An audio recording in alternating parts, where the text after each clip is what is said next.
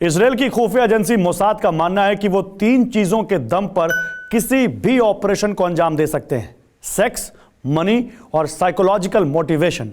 आज दुनिया की हर खुफिया एजेंसी इसी मोसाद डॉक्ट्रिन पर काम करती है। साल 1979 में ईरानी क्रांति हुई और तब से लेकर आज तक ईरान और इजरायल एक दूसरे के जानी दुश्मन हैं।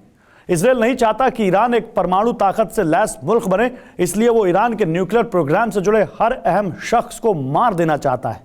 इजरायल के लिए यह काम आसान करती है उसकी खुफिया एजेंसी मोसाद।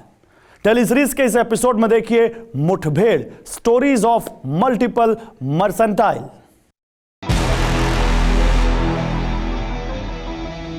ये दिसंबर 2010 की बात है। अजरबैजान की राजधानी बाकू में इंटरनेशनल मार्शल आर्ट्स प्रतियोगिता हो रही थी। दुनिया के नामी फाइटर्स के बीच 22 साल का ईरानी मार्शल आर्टिस्ट माजिद जमाली फाशी भी मौजूद था।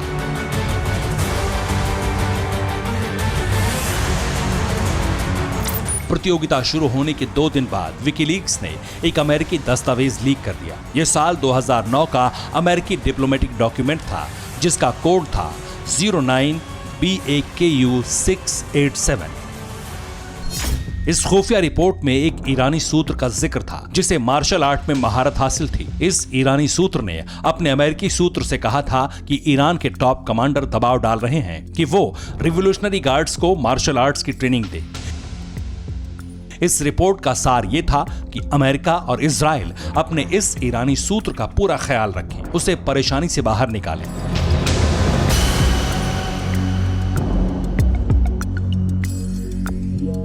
विकीलीक्स की यह रिपोर्ट पढ़कर ईरान की खुफिया एजेंसी वाजा के होश फाख्ता हो गए।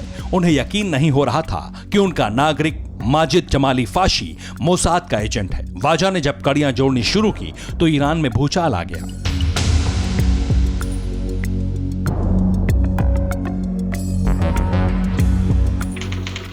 जनवरी 2010 उत्तरी तेहरान, ईरान, सुबह 7:58।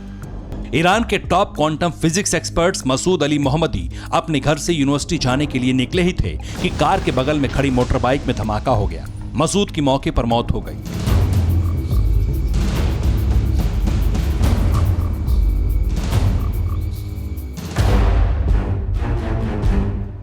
माजिद जमाली फाशी की गिरफ्तारी के बाद ईरान को पता चला कि उनके टॉप साइंटिस्ट की हत्या मोसाद ने प्लान की थी और उसमें माजिद का अहम रोल था। 28 अगस्त 2011 को फाशी को मौत की सजा सुनाई गई और 15 मई 2012 को उसे तेहरान की एविन जेल में फांसी दे दी गई। ईरान सदमे में था। मोसाद के एजेंट खुलेआम ईरान में घूम रहे थे और ईरान को इसकी भनक भी नहीं थी।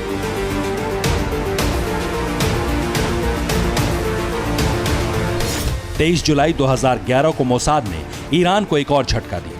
ईरान के टॉप इलेक्ट्रिक इंजीनियर दरियोश रज़ाईनेजाद को बाइक सवार हमलावरों ने गोली से भून डाला।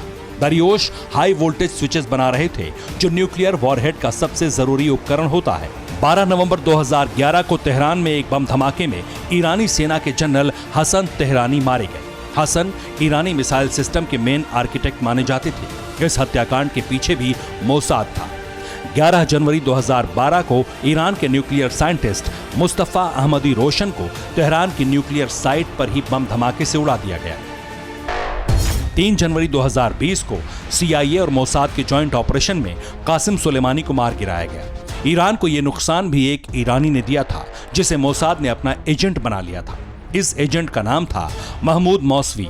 ईरान के मुताबिक इसी ने सुलेमानी की एग्जैक्ट लोकेशन अमेरिका से साझा की थी।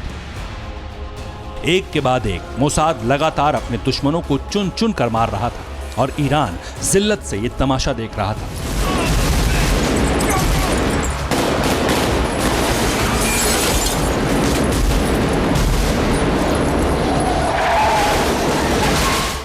इजराइल का मकसद साफ है, ईरान को न्यूक्लियर पावर बनने से रोकना, और न्यूक्लियर पावर बनना ईरान की प्रतिज्ञा है। दोनों मुल्कों की यही जिद अदावत की जड़ है और जब तक ईरान न्यूक्लियर पावर बनने की कसम पर कायम है तब तक इजराइल और मोसाद उसे जख्म देते रहेंगे।